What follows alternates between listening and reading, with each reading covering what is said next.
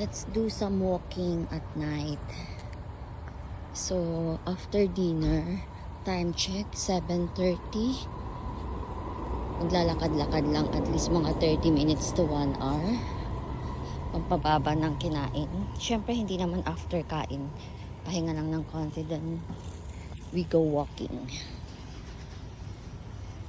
Pampatunaw lang at saka para pagod agad at tulog agad later. Dito lang kami sa may Paya Lebar. Going to Paya Lebar to eh. From Aljunied, going to Paya Lebar. Actually dito, uso talaga dito yung nag-jogging sa gabi or nag-walking.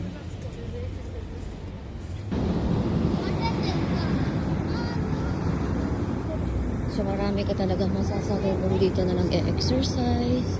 Bata, matanda, kahit sino makikita mo yan kahit gabi. Safe naman kasi dito maglakad kahit gabi. Kasi super quiet at peaceful talaga dito sa Singapore. I'm loving living here.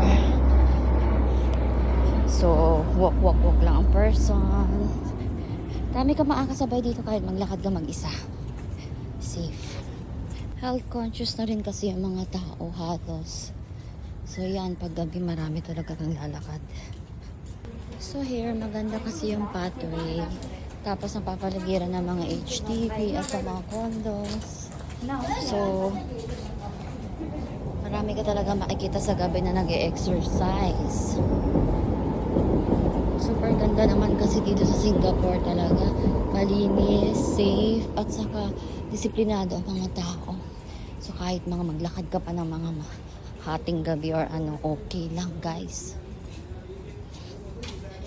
So enjoy lang muna ang walking and exercise.